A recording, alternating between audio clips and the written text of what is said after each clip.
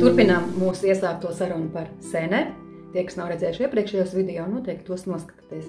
Tātad šodien mēs runāsim par čagu.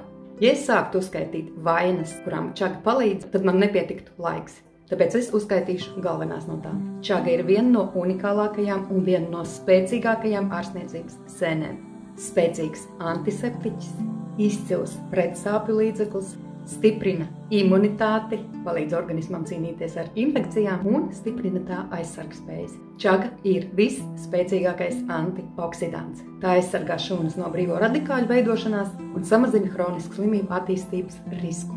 Čagai piemīt pretiekaisuma īpašības, tāpēc tā ir ļoti noderīga hronisku iekaisumu un locītavu slimību gadījumā. Čaga uzlabo kuņģa zarnu trakta darbību, palīdz pie gastrīta un čūlas. Čaga arī palielina enerģijas līmeni, uzlabojot vispārējo organismu veselību. Čaga ļoti labi palīdz tikt galā ar nogurumu. Čagai piemīt pretvēža iedarbība. Čaga samazina audzēju agresīvās šūnas, līdz ar to samazinot metastāžu veidošanās iespējas. Protams, tā nestrādā tik ātri kā ķīmijterapija, sēnes strādā savādāk.